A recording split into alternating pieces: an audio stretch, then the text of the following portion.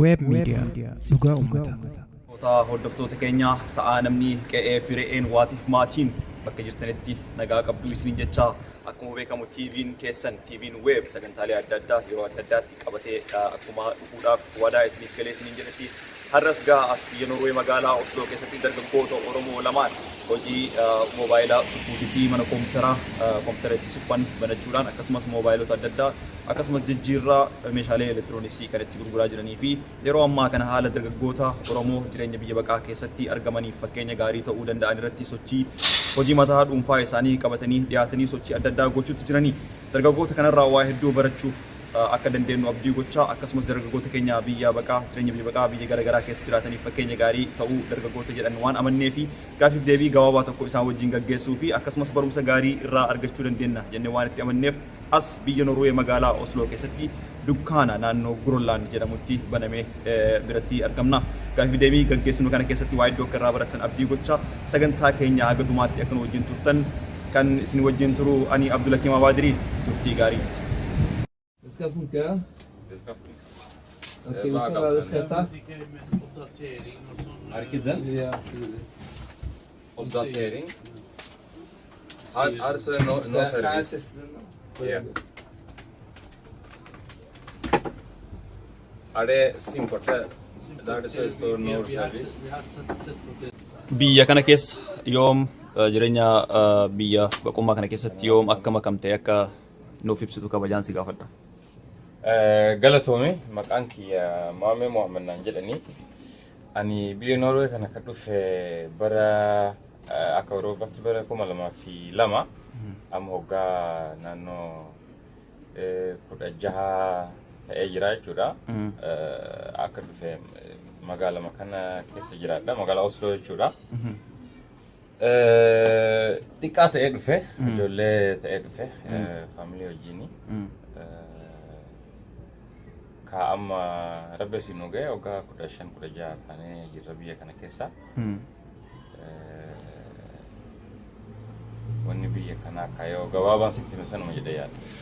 Yagguu gama dukkaana keessanii kana dhufu odeeffannoo odeeffadhee dargaggoota Oromoo magaalaa Oslo kana keessatti sochii mana dhuunfaa dukkaana dhuunfaa ofii banatanii socho'aa jiranii fi dargaggoota biyya kana keessa jiraatanii fakkeenya ta'an jedhaman keessaa dargaggoonni lamaan maqaan Maammee fi Bilaal jedhaman Oslo kana keessatti sochii mana haaromsa moobaayilaatii fi akkasumas kompiitara bananii akka socho'aa jiran dhagahe ammas namoonni maamilan hedduu akka qabdanii fi namoonni hedduun akka dukkaana keessan tajaajila argachuuf deebi'aa jiran argan mee akkami maamilaa fi gargaarsi isin maamiloota keessanii gootan maal fakkaata? Eka suuqiin kun ka baname bakka adda addaatti dalagamaa ture. Ijoollee Oromoo irraa dalagamaa ture. Kana dura ka nama biraatiin dalagaa ture nama sanirraa obboleessi kiyya Bilaal wajjin ka dalagaa ture jira. Gaafa booda ka waggaa har'arraa jalqabee anaaf inni waliin dalaguu jalqabne suuqii kana bannee jirra. Amma waggaa tokko ta'ee jirra jechuudha jalqabne. Ka suuqii akkanaa dalaguun waan gaarummaallee qaba. Karaa kaaniin immoo akka hojii kaaniitii miti. Hojii geessitee galuu qofaa miti hojiillee fudhattee galtaa. Maal dalagaa iftaan maal dalagaa jettee waan yaadduuf. Guddaan maamiltoonni keessan isinirraa argatan maa inni? Tajaajilli guddaan nu yeroo baay'ee ittiin dalagaa jirru telefoonaa fi kompiitaraa fi taabileetii adda addaa elektirooniksii waan ta'e keessattuu telefoonaa fi kompiitara jechuudha. Kanniin ka hammaate deebinee akka dalagu godhuudha. Keessattuu telefoona jechuudha. Iskiriiniin isaa yeroo cabu keessa piroogiraamni yeroo hammaatu kana tolchuudha. kunika ogummaa xiqqoo adda ta'e waan mana barumsaa deemanii baratanii miti waan yeroo baay'ee mootu namni telefoona haaroo bitaa ni cabsa yeroo amma kana telefoona gurguddaa kanniin yesu amma caba immoo iskiriinii kana gatii gaarii ka ta'een naannoo kanatti jechuudha warra kana baay'ee jira dirqama jara walii wal dorgomnee gatii gaarii qopheessuu quality gaarii fi servicii bareedaan ummata kana walii naannoo jechaa jirra. Anwaan irraafadhu tabagaa fajoollee waliin jannatu ree jiniina kanollee jiniina jiniina jiniina jiniina. Web Media dhugaa uummataa. Yeroo hedduu namni moobaayila yookaan koompitara homatee illee haa ta'u yoo jalaa miidhameetiin hin jedhe akka inni fooyya'uuf isin bira fidachuu danda'a. Jidduu kana keessatti ammoo isinis wanti dukkaana kana bantanii fooyyessuudhaaf waan tokko tajaajila gaarii uummataa kennuudhaaf. Tajaajilli isin kennitan kun ammoo akkuma tasaa ta'ee isin harkaa wanti uummanni fideetiin hin dhufu sun hin fooyyessinatti isin harkaa miidhamee yookaan waan duruu hanqatee isin mudata yeroo tokko tokko. Ka amma dalagaa akkanaa yeroo dalaydu tokkoffaa ogummaa isaa beekuudha.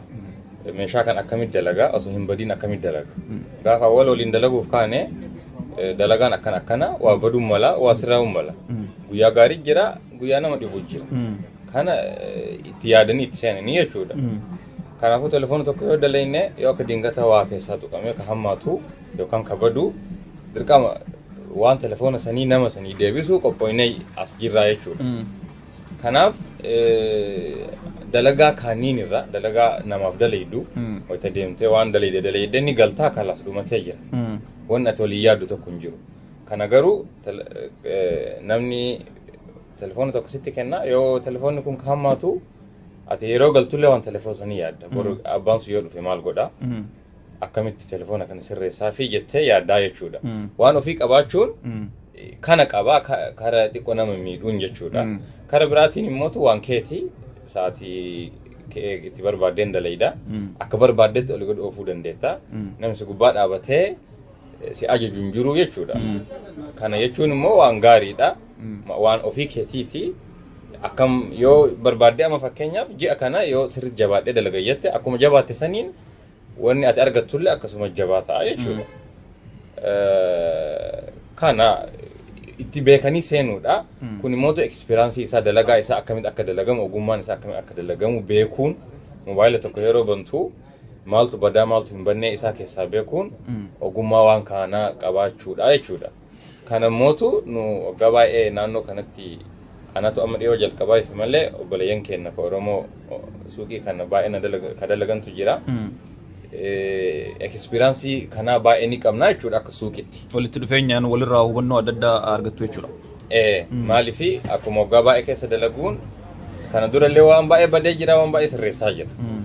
Kanaafuu waan kan hundarraayyuu ni baratanii jechuudha waan. Egaa jireenya biyya Oromaa kana keessatti waggaa hedduu akka jiraatte natti himte. Namni ijoollummaadhaan biyyaa ba'e ammoo carraa barumsaa biyya kanaa jiru wajji wal qabatee sochii adda addaa godhee carraa barumsaatiin yuunivarsiitii irraa illee ta'ee dhaabbata tokkorraa eebbifamee hojii fooyya'aa ta'e hin dalaga jedhamee biyyatti yaadamuudha. Haala kana mara muuxannoo kana mara keessa dabartee har'a ammoo hojii mataa keessanii dhuunfaa keessanii asitti uumtanii hojjechuutti jirtanii maal waan fooyya'aa ta'eef gama kanatti xiyyeeffachuu dandeettaniif? ساعة كم dhugaa yoo dubbanne waggoota dabre keessa barumsa geessee eega jedhee barumsa ittiin baradhe sanillee hojii argadhe eega jedhe akka dingataa waan kana arginaaniin waan kana jalqabuu danda'uu kiyya arginaaniin maaliif yaallee jedhee itti seenaan. Amma fakkeenyaaf gaafa waggaa har'aa dalagaa kana jalqabu waan dalagaa kana baay'ee irraan beekuutu homaa irraan beekuutu garuu itti amanee waan itti seenee waan kan itti seenee waan hundayyuu aarraa jalqabee ni baradha jedhee waan itti amaneef itti seenee jechuudha. Homaa ekspiraansii isaa hin qabu moobaayila kan ofumaa kiyya bilbilee nama naannoo jechuu malee waan biraa waan irraa keessa beekuu hin qabu jechuudha. Kanaaf hiriyyaa kiyya kanaan walii gallee waliin dalaynaa. ani biyya kana waan ture waa haga tureen afaan waan adda addaa waan sirriitti nan dhibneef kara saniin haga danda'een kara kiyyaa gargaaree kaafe mootu seennee waan hundayyuu ni baradhaa jedhe itti amanee seene waan kanatti jechuudha. Kanaaf har'a wayita of duuba deebi'ee yaadu hojii kaan dhaabee wayita kana riskii isaa onnoo fudhadhee itti seenu har'a waan gaabu tokko hin qabu maaliif dalagaan kennaa gammatti successfulidha. Guyyama awwaalaarrayyuu jalqabee homaa wanni nu dhibe hin jiru itti amannee waan seenneef jechuudha. Wanna kana ni goonaa ni dandeenya jennee wanni baay'een as jira yeroo baay'ee jechuudha. Yoo as itti amantee wanni hin godhanne tokko hin jiru. Kuni amma akkasi jalqabnee dalagaa kaaniyyuu amma dhiisee 100% as dalaguun kiyya baay'ee na gammachiisa waan kiyya waan akka barbaanne tole godhuu dandeenya. Mee egaa waan gaariidha. Maamila wajjinis ta'ee hiriyaa yookaan nama wajjin hojjetan tokko wajjin injifannoo jireenya waan hojii kana keessatti argachuudhaaf wanti guddaan tokko faarratti barbaachisaa ta'e maali? Amma dalagaa akkanaa kana nama wajjin dalaguuf amma anaaf inni fakkeenyaaf warra ijoollee duraanillee wal beeku hiriyyummaatti wal beeyna malee akka dalagaatti wal hin beeyna. Garuu wayita dalagaatis hiriyyaallee ta'anii wajjin oolan kana dalagaa akkanaa kana wajjin dalaguuf dirqama hiriyyummaa fi bakka dalagaatti hiriyyummaan bakka dalagaatii fi hiriyyummaan alaa tokko ta'uu hin qabu abadan. Maaliif bakka dalagaatti waan jiru tokko ifa baasanii walitti himuudha. Kun akkana ta'e jira akkana ta'e jira kun akkana ta'e akkana jira ta'e yoo balleessaa wayii jiraate waliin haasanii wal lolanii ta'e walitti iyyanii ta'e bakka dalagaatti sun garuu balbala kana gabbaanaan nuyi wanni sun asumatti hafa. Alatti nu hiriyyummaadha faamiliidha malee sun achitti kun achitti kan addaan qabuun baay'ee yeroo baay'ee nama dhiba. Maaliif asii walitti aartee alatti mootu akka waan takka hin ta'initti wal deebanii waliin jiraachuun namni baay'een yeroo waan kana of keessaa wannoo jechuu hin danda'u. Wanni guddaan kana amma dalagaa irratti jechuudha. Egaa kun hiriyyaa erga ta'e horiyaa wajjin hojjetanii erga ta'e haasaa keessatti obsi waa hedduu keessatti barbaachisaa akka ta'e ibsite. Kan maamila wajjin maamilli gariin amala adda addaa qabaachuu danda'a, gariin ka aaruu jira, meeshaan jalaa badee jechuu danda'a, gariin ammoo gammachuudhaan kasii wajjin haasee waan tokko hajaa ofii fixatee deemuu barbaadu jira. Mee gama maamilaatiin hoo akkami? Gama saniin illee kanallee akkuma waan biraa itti haasofnee seenne nama gaariitu jira ka waliin dalaguuf nama hin dhibne nama mootu wama xiqqoo irratti illee waa wannoo jeequmsa uumuu maali jira. Kana nama tokko yoo si jeeqe atillee yoo sitti iyyee atillee yoo deebitee itti iyyite wannoo hin fidu wamaa gara faayidaan qabu. Kanaaf ati nama dhufu kana dhageetteeni hayyee akkana goona wannoo wayii arguu qabda sii galee guyyaa nu mudata wanni kun waan amma barannee iyyuu jirra garuu ofitti fudhachuu dhabuudha waan namni ol seenii iyyuu kana maalitti ati ani murteessee dalagaaf as dhaabadhee jira anat suuqii banee koottaa natti jedheen jarri mana kiyyatti natti hin dhufne suuqii ani banee akka jarri natti dhufaniif natti dhufan malee kanaaf danda'uu qabaa jechuu itti amanee as jira. Kanaaf wanni adda addaan ni mudata namni yookaan meeshaa isaatu hin taanee fi akka nu dalayneetu yookaan hin taane ta'a nama kanallee dirqama akkuma kaan kolfinee onnoo jennu kanallee akka inni nutti mufanne akka inni deebuu barbaanna nu yoo inni nutti iyyee nu arrabsellee nu afaan gaarii waliin haasofne akka inni boru nutti deebuu barbaanna boru ofii qofaaf hin deebu hiriyyoota fidee dhufa faamilii fidee dhufa. Kanaaf namni tokko xiqqaa guddaa hin qabu dubartii dhiira hin qabu hundinuu akka tokko itti haasa'amuu qaba aga danda'ameen kastamarii kenna waan ta'eef dirqama kabajaadhaan waliin haasa'uu qabna jechuudha. Anwaan irraafadhu tapha gaafa ijoollee waliin janna turre jiniina kanollee jiniina. Web Media dhugaa uummataa. Egaa kuni hedduu gaariidha. Biyya Norwee kana keessatti akka jedhamu gibirri mootummaadhaaf kafalamu guddaadha jedhamanii warroon namoonni komatanillee ni jiru. Akkasumas dalagaa kana keessatti walitti dhufeenyi mootummaa wajjin isin qabdaniif haalli isin haalli mootummaan mijjeesseetiin hin jedhe dalagaa dhuunfaa ofii dalagachuudhaaf mijaa'aadha yookaan ammoo gara tokkotti fuulduratti deemuuf nama kakaasetti yaadda mee maal jettu waan kanarratti? Akka mootummaatti biyya kana wanni gaariin yoo ati jabaattee dalayde waan kee ta'ee waan biraa ta'ee yoo jabaattee dalayde mootummaan si duran dhaabatu. Mootummaan waan ati hin dalagin oli irraa taaksii kafalsiif siin hin jedhu. Wanni guddaan ati waan san itti amantee dalagaa san jabeessitee dalaguudha. Dalagaan kun dalagaa kiyya jettee yoo dalayde maaliif suuqii qofta bantee hin teettu waan biraallee lallaaluu qabda. Waan itti dabalamu waan irraa hir'atu maalaa jijjiiruu jala akkasitti dalagaa yoo deemte mootummaan si gargaara malee yoomaa waan si miidhuu hin qabu jechuudha. Kanammoo mootummaa seera akkanaa qabaachuun waan badaa miti. Saniifuu biyyattiin tuni sadarkaa guddaarra jirti waan seera qabaniif. Taaksii ta'ee wanni nu kafallu kun deebi'ee anuma gargaara ilmaan kiyya bor gargaara. Ani biyyi kun fakkeenyaaf barumsa kutaa meeqa barsiiste as na geessite. Yaala adda addaa yoo na barbaachise na gargaarte asiin na geette. Kanaaf ani taaksii sun hagas kafaluun homaa miti maaliifi waan guddaa na godhanii haga bu'aa isaanii argadda. Borillee anuma deebi'anii na gargaaranii yoo anan gargaarii nama biraa rakkataa ni gargaaraa jiran obboleeyyan keenya meeqa jira ka rakkatanii biyya kana dhufanii waan nyaatanii fi waan dhuganii fi mana bakka rafanii fi bulan kennamee fi kana ka godhan waan xiqqaa miti. Kanaaf nullee yeroo baay'ee namni kompeen godhaa biyya kanarratti akkanaa miti. Garuu jaraa miti kootaa nu kun hin jedhu ofii kennaa dhufne wayitan dhufne ofitti nu simatanii waan nyaanuuf dhugnu nu kennanii afaan baradhaa nu jedhan. Kun immoo yoo xiqqaate afaan jaraa baratanii seera jaraa barachuun homaa miti jedhee yaadaan. Baay'ee gaariidha. Mee dargaggoon Oromoo tokko yookaan ani har'a ka'ee dalagaa tokko dalaguu barbaade osoo hin jedhe akka nama dalagaa kana jalqabee namoota biraatiif fakkeenya ta'aa jiru tokkotti maal na gorsita? Yoo dhugaa dubbannee awwalatti tokkoffaan afaan danda'uudha biyya kana. Ati biyya kanatti afaan danda'e. Afaan biyya warra Norwee jechuudha. Afaan biyya Norwee danda'uudha. Afaan biyya Norwee kana barachuun Ingiliffaa miti afaan addaati. Nama dhibaa. Garuu wanni guddaan isa barachuudha. Akka dargaggoo tokkotti immoo afaan barachuun nama hin dhibu. Garuu ati ni baradha jettee yoo itti seente waan onnoo miti. Afaan beeynaaniin dalagaan guutee jira biyya kana yoo dhugaa dubbanne. Afaan isaa beeynaaniin yoo ati dalaguu ka barbaaddu dalagaan guutee jira. Kanaafuu garummaa nama bira qaxaramanii dalaguu fi dalagaa mataa ofii uummatanii dalaguu maali? Akkuma reeffisin jedhe garaagarummaan guddaan yoo nama biraa jala dalayde nama biraattu waan ati dalaydu sitti hima. Akkana godhisiin jedhani kana ati ofitti amantee ni galta.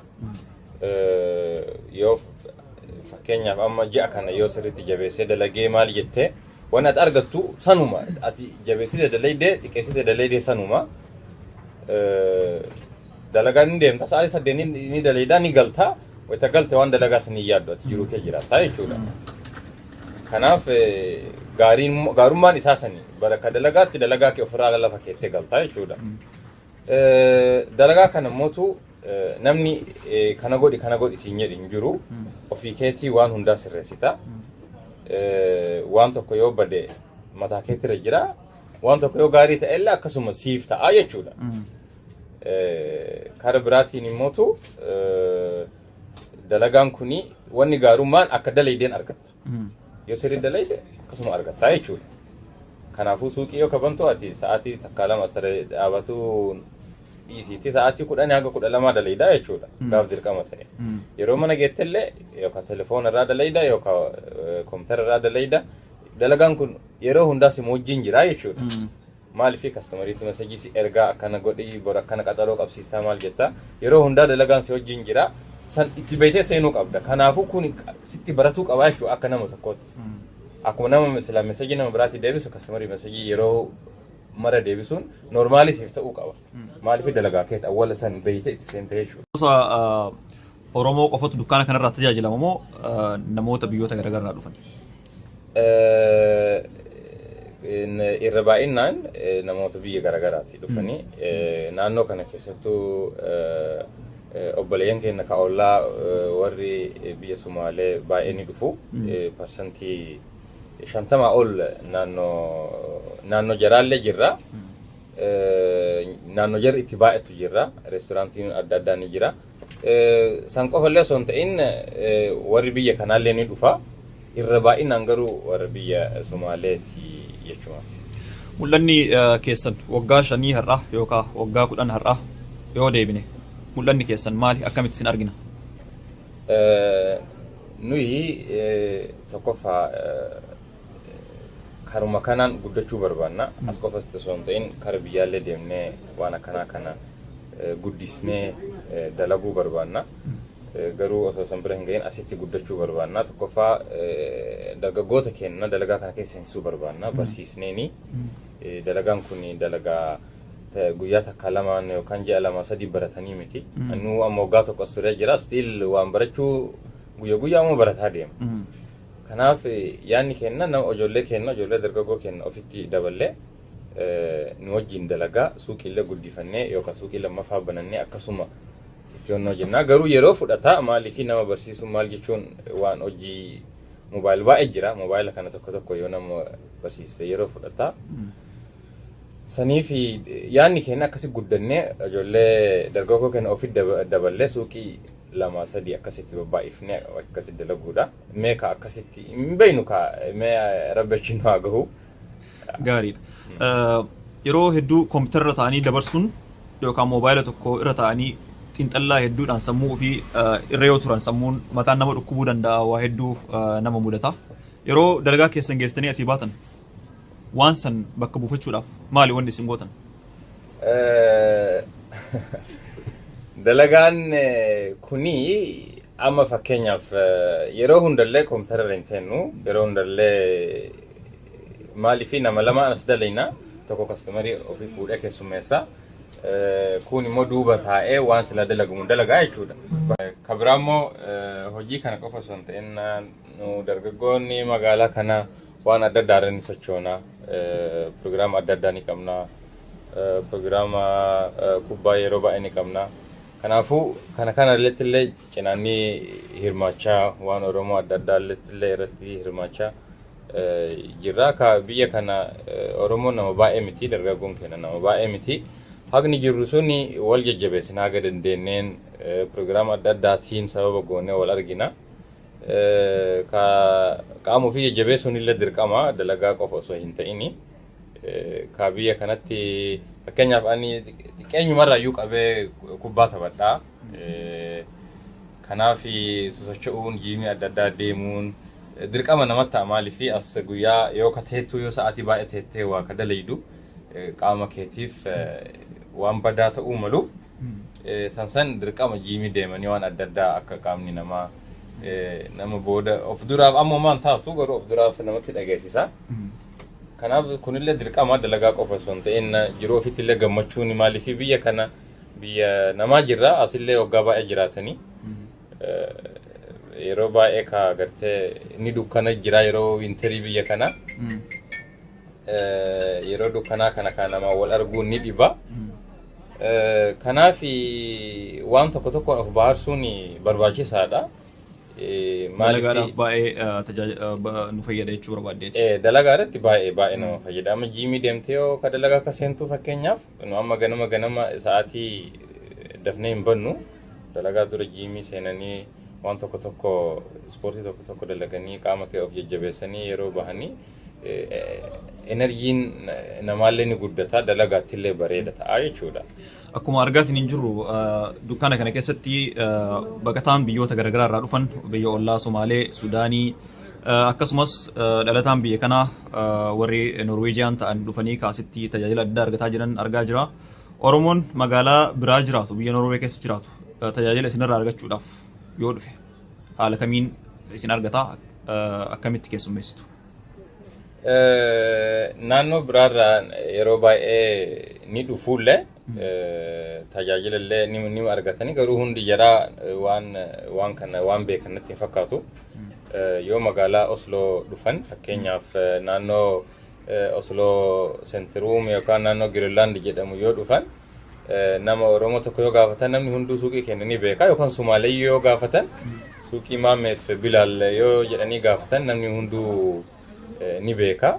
Kanaaf magaalaa biraallee yoo jiraatanii dhufuu hin danda'in yoo telefoona yookaan waan adda addaatiin nu qunnamtan waan san meeshaa san nutti ergitanii isinii dalannee deemnee isinii erguu ni dandeenya. Sarviisii akkasiillee waan kenninuuf rakkoo hin qabu. Obboleen kenna baay'een magaalaa xixiqqoo jiranii biyya kana keessa. Magaalaa xixiqqoo san keessa mootuu namni waan akkanaa kana dalagu hin jiru yeroo baay'ee. Namni gaarii ka telefoonuma xiqqoo hammaatu ho'itiif darbaa waan dalaguu hin dandeenye. Kanaaf yoo nu qunnamtanii nu mana poostaa kenna isinii kennine nutti ergitanii akkasi waan san isinii sirreessine isinii deebisuu dandeenya. Anwaan irraafadhu tabagaa fajolle waliin jannatu ree jiniina kanollee jiniina jiniina jiniina jiniina. Web Media dhugaa ummata. Dhumarratti gaa dhaamsi ati hawaasi keenya kan biyya Norwee keessa jiraatus ta'e hawaasa Oromoo kan guutuu addunyaa keessatti jiraatus dhaamsi as darbitu dalagatanii jiraachuu waan dhuunfaa ofii uumanii dinagdee ofii guddisuu akkasumas ammoo dinagdeen yoo guddate gaa akka sabaattis sochii uummanni Oromoo yookaan injifannoo uummanni Oromoo irra ga'uufis bu'aa mataa isaa qaba waan ta'eef kanarratti gabaabsitee waan ati dhaamtu maaltu jira? Nan uummanni kenna namni Oromoo kenna ka biyya kana jiru yeroo baay'ee waan akkanaa kana dalaguuf ni sodaata ni kasaaraa sodaata tokkoffaa. Lammaffaa mootuu muuxannoo waan kanaa hin qabu muuxannoo waan kanaa osoo hin ta'in waliigalattuu waan ofii dalaguu muuxannoo hin qabu namni kenna. Waan kana mallaqa guddaa itti baasta yeroo awwal jalqabdu riskii san fudhachuu qabda waan akkanaa kana dalaguuf namni kenna immoo riskii san ni sodaata. Maaliifi amma fakkeenyaaf warri ollaa kenna Sumaalee waan akkanaa kana bakka baay'ee banatanii jiranii reestooraantii adda addaa qabanii waan osoo hin sodaatin itti seenaniif. Garuu keessattuu biyya kanatti waan tokko yoo jalqabde yoo mara jabaabte ni kasaarta yeroo garii mootummaan illee gaafsi gargaaru jira. Kanaaf wanni sodaatan tokko hin jiru wanni guddaan itti amanuudha. Waan dalaydu san yoo aayidiyaa san kadalilu san yoo aayidiyaa wayii ka qabaatu waan san yoo itti ka amantu wanni ati taatu hin jirtu maaliif itti amantee jirtaa waan san akka sii toluuf ni dalaydaa jechuudha itti jabaatte. Kanaaf wanni sodaatan tokko hin jiru kunoo nuyyuu ekspiraansii guddaa osoo hin qabaatin ittuma seenne amma kunoo as jirra. Kanaaf hojii ofii dalaguun ka caalu hin jiru yoo dhugaa dubbanne takkammoo jalqabnee takkammoo karaa sii qabannaaniin waan gaariidha. Waan of qofa osoo hin ta'in nama biraallee gargaaruu dandeettu. Kanaaf waan kanarratti ani nama kenna baay'ee gorsa osoo namni yoo gargaarsa illee waan adda addaa haasa'uu barbaadan waan dandeenyeen bira dhaabbannaa namni kenna yoo waan akkanaa kana dalagee irratti milkaa'e nutti tola.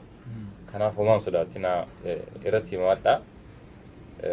Nu nama biraatiin addaa miti. Kanaaf ofitti amanuun barbaachisaadha baay'ee. Baay'ee gaariidha. Egaa gaafiif deebii waa'ee muuxannoo haala jiruuf jireenyaatii fi sochii dalagaa ofii dhaabbatanii uummatanii socho'uu keessatti bu'aa bahii keessa dabartanii fi muuxannoolee qabdan nu qooduu keessaniif maqaa TV Webiin galatoomaa isiniin jedhaa turtii keessan dhaganatti dhumata. Galatooma. Anwaan irraafadhu tabagaa fajolle waliin jannatu ree jiniina kanollee jiniina jiniina jiniina jiniina. Rakkaan irraafadhu irbooliin seennete argu jira jiniina tolgeenye jiniina jiniina jiniina jiniina jiniina jiniina jiniina jiniina.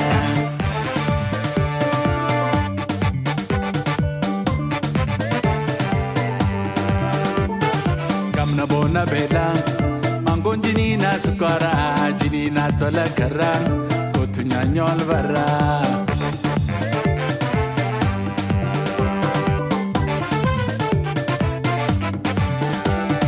kamna bona bela mangon jinina sukara jinina tola karra kotunya nyol barra.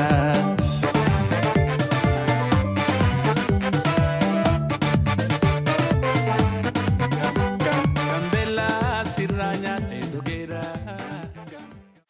Web Media Dhugaa Uummataaf.